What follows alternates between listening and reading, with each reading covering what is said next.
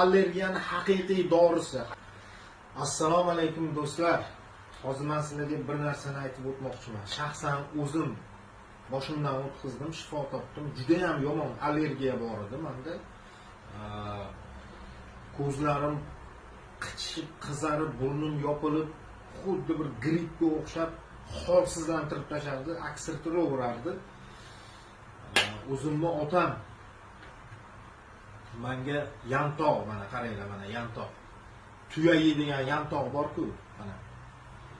Yantoqni damlab berdilar. Zarpechagi ham bor. Zarpechak derkan, chirmovuq derkan uni. Yana bitta nomi. Mana zarpechak ustida, yantoqni ustida bo'ladi. O'shanisi aralashgani bilan qaranglar mana. Choynakni mana ajratib olib, bu yantoqni kesib, mana shunaqa kichkina qildik, bundan ham kichkina qilsak bo'ladi. Keyin mana choynakga solib, qaynagan suvni quyamiz. Choy damlaganni singari damlaymiz buni. Mana. Choynakga solgandan keyin qaynagan suvni quyamiz. Mana. To'q choyni singari bo'lib chiqadi hali bu. Mana hozir damladik. Esinglarda bo'lsa yantoq. Allergiyaga burninglarni achishtirib tortib chayasizlar.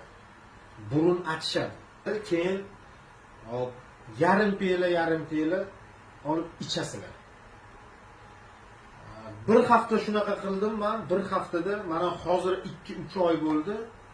Umuman allergiya degan narsa yo'qolib ketdi menda, Xudoga beyo'da shukr. Undan tashqari bu jigar sirroziga ham dori ekan. Men sizlarga maslahat berardim, o'zim shifo topganim uchun ilindim. Eslatib o'taman, burun chayadiganinglar alohida bo'lsin, ichadiganinglarga novvat solib ichinglar.